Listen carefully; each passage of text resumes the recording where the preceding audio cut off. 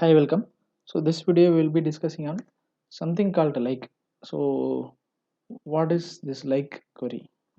It's not a query. It's an extra feature that can be used along with where class to find the data. Right. So let us take example of this table itself. So we are having 10 different names. For example, I need to search a student, but I don't know his exact name. But I have a clue that his name contains the word Kumar.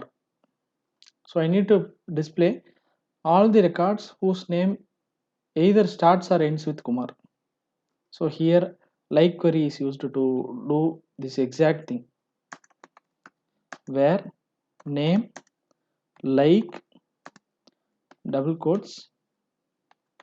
So the name Kumar must be present inside this name column, but either before the word Kumar or after the word Kumar, any number of characters can exist.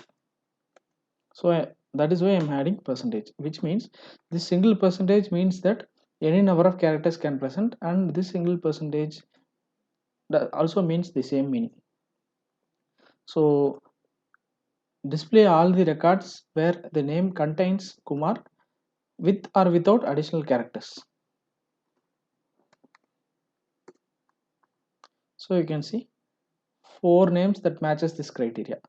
So let us change the condition now. Santosh. So we have 2 names that matches this criteria. In the first name, the Santosh word comes as first name, and the second student name, the Santosh comes as a last name. So I need only the name that starts with Santosh. So I don't want any number of characters before Santosh. So I'll remove this percentage and leave this percentage as it is. So this like query is working. And now I don't need the name that starts with Santosh. I need just a name that ends with Santosh. So I'm removing this percentage. So any number of characters first followed by Santosh. So any number of characters followed by Santosh. So hope this video is informative. Thanks for watching.